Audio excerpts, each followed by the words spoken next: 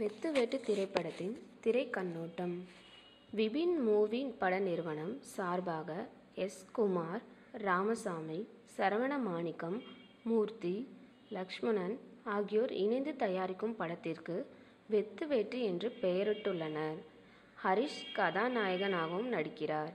கதாநாயகியாக விழா பட நாயகி மாளவிகா மேனன் நடிக்கிறார்.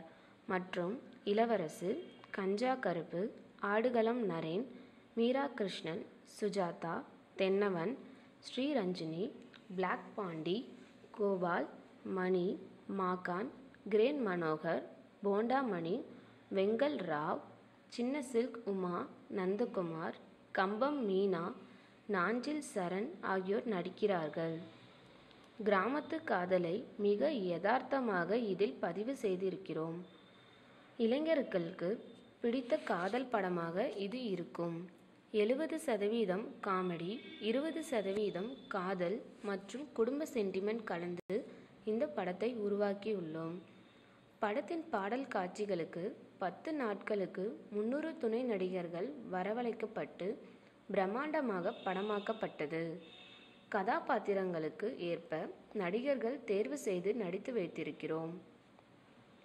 பாடல் காட்சிகளுக்கு 10 நாட்களுக்கு 300 துணை நடிகர்கள் வரவழைக்கப்பட்டு பிரம்மாண்டமாக படமாக்கப்பட்டது.